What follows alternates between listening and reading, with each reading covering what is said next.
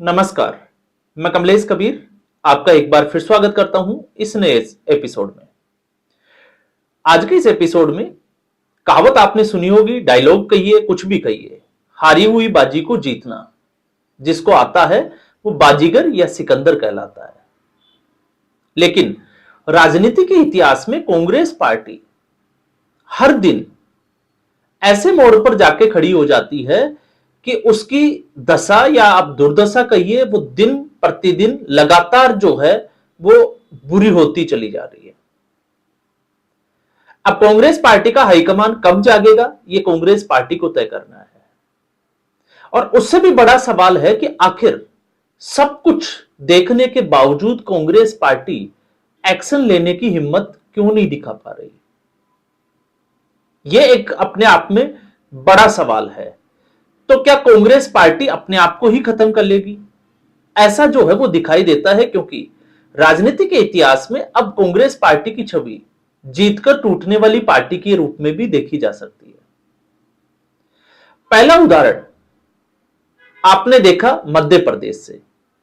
शिवराज सिंह चौहान की anti incumbency के बाद कांग्रेस पार्टी को, और यह एक वक्त था 2014 के पूर्ण बहुमत की सरकार आने के बाद नरेंद्र मोदी की सरकार को चैलेंज करने का, कांग्रेस पार्टी को मजबूत करने का, जब 2018 में कांग्रेस पार्टी को 3 राज्यों में जीत मिली, मध्य प्रदेश, छत्तीसगढ़ और राजस्थान। और उसी वक्त का आप सिनेरियो देखिए, मध्य प्रदेश में कांग्रेस पार्टी जीतती है, सत्ता में लौटती है, बड़े समय के बाद में लौटती है। लेकिन ज्योतिरादित्य सिंधिया, जो राहुल गांधी खेमे के माने जाते थे, राहुल गांधी के करीबी माने जाते थे, कांग्रेस पार्टी उनको संभालने में नाकामयाब रही। और एक तरीके से सत्ता में जो पार्टी थी वो पार्टी सत्ता से बाहर हो गई और एक ट्रे में सजाकर सत्ता भारतीय जनता पार्टी को सौंप दी। ज्योतिरादित्य सिंधिया 40 विधायकों के साथ पार्टी छोड़कर चले गए।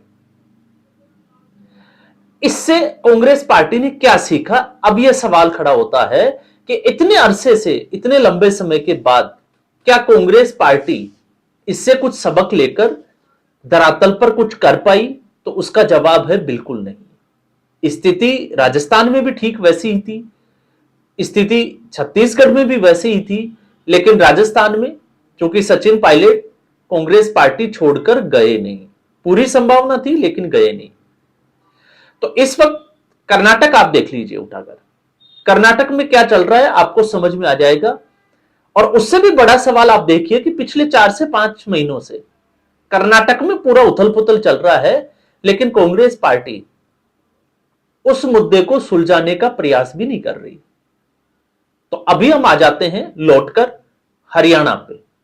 राज्यसभा के चुनाव हुए और राज्यसभा के चुनाव में एक सीट के लिए 29 सीटों की, या हम कहें कि 29 विधायकों की जरूरत थी कांग्रेस पार्टी को, और कांग्रेस पार्टी के खुद के विधायक है 37 विधायक। अब जब हम पार्टी के असंतोष की बात करते हैं तो पार्टी का असंतोष देखिए कि 37 के 37 विधायकों को हिमाचल प्रदेश के शिमला में एक रिसोर्ट में ठहराया गया, घेराबंदी की गई, क्योंकि कांग्रेस पार्टी को अंदेशा था कि कुछ बड़ा हो सकता है। और अंदेशा क्या था? यह सच्चाई थी। और उस हिमाचल में जहां कांग्रेस पार्टी अभिषेक मनु सिंघवी को राज्यसभा नहीं भेज पाई सरकार में होने के बावजूद, तो पहला जो कारण था कि हरियाणा में यह स्थिति उत्पन्न क्यों हुई। तो इस स्थिति को उत्पन्न करने के लिए, या हम कहें कि यह स्थिति क्यों हुई, उसके लिए एक ऐसे व्यक्ति का चयन करना राज्यसभा के लिए जिसको कांग्रेस पार्टी के बड़े नेता हरियाणा के जानते ही नहीं। और नजरअंदाज किसको किया? अशोक तंवर को, उदयभान सिंह को, रावदान सिंह को। तो इन लोगों को नजरअंदाज करके कांग्रेस पार्टी ने करमबीर सिंह बोध, जो अंबाला शहर से आते हैं, जिसका एड्रेस भी शायद किसी को नहीं मालूम होगा, उसको टिकट दिया। अब सवाल यह उठता है कि आखिर यह टिकट दिया किसने? तो आप हरियाणा के विधानसभा चुनाव पे जाइए। हरियाणा के विधानसभा चुनाव में, चुनाव से ठीक 1.5 महीने पहले तक कांग्रेस पार्टी को बढ़त दिख रही थी, लेकिन जैसे ही कांग्रेस पार्टी चुनाव में जाती है, टिकट वितरण में जाती है, तो उस वक्त भूपेंद्र सिंह हुड्डा को फ्री हैंड दिया गया। 90 में से लगभग 71 सीटें हुड्डा ने अपने खेमे को दी। टिकट ऐसे लोगों को दिया जो हुड्डा के संपर्क में थे या उसी मंडली से आते थे। तो नजरअंदाज किया गया रणदीप सुरजेवाला और कुमारी सैलजा को। कुमारी सैलजा जिस समुदाय से आती थी, दलित समुदाय, जिसके कांग्रेस जो है वो अपना कहें कि ढिंडोरा पीटती रहती है, उस समुदाय से 16 सीटों पर रिजर्वेशन की जो सीटें थी और 4 सीटों पर सीधे तौर पर कुमारी सैलजा का प्रभाव। लेकिन मुझे लगता है कि ऐसे को कांग्रेस पार्टी को अगर करीब से समझना है तो आपको जस्सी पटवाड़ की नामांकन रैली को समझना पड़ेगा। किस तरीके से कुमारी सैलजा को जाति सूचक शब्दों से अपमानित किया।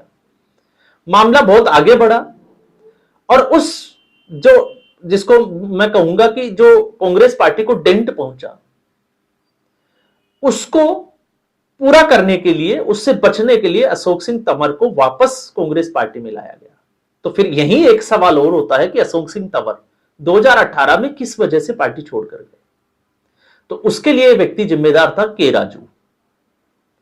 के राजू साउथ से आते हैं, बड़ा प्रभाव है केसी वेणुगोपाल, के राजू, रमेश चेन्नीथल्ला, कृष्णा अल्लाबरू, ये एक ऐसे सदस्यों की एक जिसको हम कहें कि गैंग है, दल है, जो राहुल गांधी के चारों तरफ मंडराते रहते हैं। तो के राजू की वजह से, हालांकि उसको भूपेंद्र सिंह हुड्डा के और अशोक सिंह तंवर का जो है वो आपस में टकराव, वो जो है वो मीडिया ने सामने रखा, लेकिन सच्चाई कुछ अलग थी। और उसी के राजू ने इस वक्त करमवीर सिंह बोध को टिकट दिलाने में अहम भूमिका निभाई। तो आप समझ गए होंगे कि टिकट का वितरण कांग्रेस पार्टी में किस तरीके से होता है। और केसी वेणुगोपाल वाला वो जिक्र जो है वो मैं हर बार कहता हूं कि उनके ऊपर किस तरीके के महिला मित्रों को टिकट देने के आरोप लगे। लेकिन इस राज्यसभा में इतनी घेराबंदी होने के बावजूद कांग्रेस पार्टी को जो डर था कि क्रॉस वोटिंग होगी, तो 5 विधायकों ने क्रॉस वोटिंग की और 4 विधायकों ने गलत तरीके से वोट दिया, यानी कि उनका वोट या तो अवैध या अमान्य करार दे दिया गया। तो ऐसे में यह संख्या हो जाती है 9। अब सवाल यह उठता है कि कांग्रेस पार्टी को यह राज्यसभा की सीट मिली या नहीं मिली। कांग्रेस पार्टी को यह राज्यसभा की सीट मिली, लेकिन इसके बाद जो हालात बने हैं, अंदरूनी तौर पर कांग्रेस पार्टी हरियाणा में एक तरीके से आंतरिक कलह के या गुटबाजी के दौर से गुजर रही है। और एक बड़े धमाका जिसकी पूरी संभावना है, अब वो क्या होगी, कितने एमएलए पार्टी छोड़ सकते हैं ये तो हम नहीं कह सकते, लेकिन पूरी उम्मीद है, क्योंकि जर्नैल सिंह सीधे तौर पर कई जो है वो पब्लिक मंचों से सीधे तौर पर नायब सिंह सैनी की प्रशंसा करते हुए नजर आते हैं। तो अब अंदेशा यही है कि जर्नैल सिंह बहुत जल्द कांग्रेस पार्टी छोड़ सकते हैं। इसके अलावा चौधरी मोहम्मद इलियास, उनके बेटे नाजिम चौधरी का आप स्टेटमेंट देखिए, वो अपने पिताजी के खिलाफ है। तो क्रॉस वोटिंग का सीधे तौर पर आरोप लगा है। इसके अलावा रेणु बाला, उसका भी नाम आपने सुना होगा, शैली चौधरी। तो ऐसे लोग जिनके ऊपर अब कांग्रेस पार्टी एक्शन लेगी या नहीं लेगी, इसके ऊपर संशय बना हुआ है। क्योंकि दूसरे लोगों को अगर आप देखोगे तो वत्स के साथ मुलाकात होती है भूपेंद्र सिंह हुड्डा की, और भूपेंद्र सिंह हुड्डा सीधे तौर पर आरोप नहीं लगाकर, क्योंकि वो इस वक्त नेता प्रतिपक्ष की भूमिका में है, वो ये कहते हुए नजर आते हैं कि जिन लोगों के वोट अमान्य हुए वो जबरदस्ती अमान्य कर दिए गए, एक साजिश के तहत। मतलब ये आरोप सीधे तौर पर भारतीय जनता पार्टी का। तो इस राज्यसभा चुनाव में एक जो नई चीज निकल कर आई, वो ये निकल कर आई कि मुस्लिम जो लगातार कांग्रेस पार्टी के साथ आजादी के बाद से जुड़ा रहा, और एक तरीके से कांग्रेस पार्टी उनके ऊपर एकाधिकार जमाती रही, आखिर मुस्लिम एमएलए भी क्रॉस वोटिंग करने लगे कांग्रेस पार्टी के खिलाफ। ये इस राज्यसभा चुनाव में आप बिहार का चुनाव देखिए, इसके अलावा जो है वो आप उड़ीसा का चुनाव देख लीजिए, और आप हरियाणा का विधानसभा चुनाव देखिए। तो ऐसे में आसाम का देख लीजिए आप। जब आप प्रद्युत बोरदोलोई की बात करते हैं और कांग्रेस पार्टी ये कहती है कि 65% मुस्लिम आबादी ने सांसद बनाया प्रद्युत बोरदोलोई को, तो आखिर वो किस हैसियत से कांग्रेस पार्टी छोड़ सकते हैं। मतलब कांग्रेस पार्टी ये कहना चाहती है कि आपको मुसलमानों ने वोट दिया। तो जो भारतीय जनता पार्टी चाहती थी वो कांग्रेस पार्टी करती हुई दिखाई दे रही है, यह कहते हुए कि मुस्लिम वोटर जो है वो भारतीय जनता पार्टी की तरफ नहीं जाता है। तो आप देखिए सोचकर कि कांग्रेस पार्टी में इतना कुछ चल रहा है, लेकिन कांग्रेस पार्टी का हाईकमान दिल्ली से बाहर नहीं जा रहा। आखिर ये जो भगदड़ मची हुई है, इसमें हाईकमान की भूमिका क्या है और हाईकमान इसमें चाहता क्या है? क्या हाईकमान यह चाहता है कि कांग्रेस पार्टी में जिसको जाना है वो छोड़कर चले जाएं? और अगर ऐसे छोड़कर चले गए तो फिर शकील अहमद, आपने देखा जिस तरीके से गुलाम नबी आजाद, फिर ऐसे लोगों को भी कांग्रेस पार्टी बचा नहीं पा रही।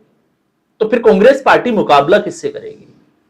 तो कांग्रेस पार्टी इस वक्त अगर आप देखोगे तो उस क्राइसिस से गुजर रही है, और उस क्राइसिस के पीछे सिर्फ और सिर्फ कांग्रेस पार्टी के नेतृत्व पे सवाल खड़े हो रहे हैं कि आखिर नेतृत्व जो है वो किस तरीके से सोचता है और किस तरीके से, किसकी सलाह पर वो करता कैसे है। तो यहां पर जब हम ये कहते हैं कि कई बार जो है वो आरोप लगाए जाते हैं इनसे बचने के लिए कि भारतीय जनता पार्टी ने 25 करोड़ रुपए का ऑफर दिया, तो सवाल यह उठता है कि आपके एमएलए बिकाऊ क्यों है? आखिर वो पार्टी छोड़कर क्यों जाना चाहते हैं? आपका जो सांसद है, सिटिंग जो एमपी है, जिसका अभी कार्यकाल 3 साल का बचा हुआ है, वो छोड़कर क्यों जाना चाहता है? आप उसको रोक क्यों नहीं पा रहे? और अगर वो ऐसा कर रहा है तो फिर आप उससे मुलाकात कर उसकी जो समस्याएं हैं उसका समाधान क्यों नहीं कर पा रहे?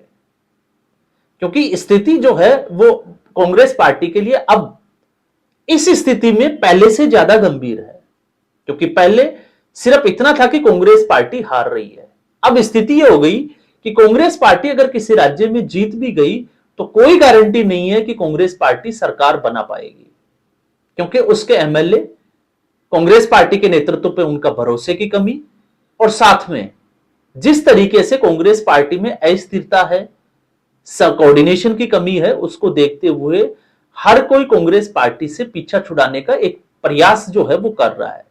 तो स्थिति मुझे लगता है कि उससे ज्यादा ये कांग्रेस पार्टी के लिए घातक है, और कांग्रेस पार्टी ना इस स्तर पर जो है वो सोच पा रही है, ना इस स्तर पर किसी भी तरीके का कोई काम करती हुई दिखाई देती है। भले कांग्रेस पार्टी सचिन पायलट को केरल भेज दे, भंवर जितेंद्र सिंह को केरल भेज दे, या फिर जो है वो जितेंद्र डांगी को आसाम भेज दे, लेकिन स्थिति फिर भी जो है वो ऐसी ही बनी हुई है जिसमें साफ तौर से नजर आता है कि कांग्रेस पार्टी पे नीचे से ऊपर तक का मतलब हाईकमान तक कांग्रेस पार्टी गुटबाजी में गिरी हुई है, और ये सीधे तौर पर जाता है प्रियंका गांधी वाड्रा और राहुल गांधी गुट तक। तो आज के एपिसोड में बस इतना ही। उम्मीद करूंगा वीडियो एपिसोड आपको पसंद आया होगा। वीडियो को लाइक करें, शेयर करें, चैनल जरूर सब्सक्राइब करें। धन्यवाद।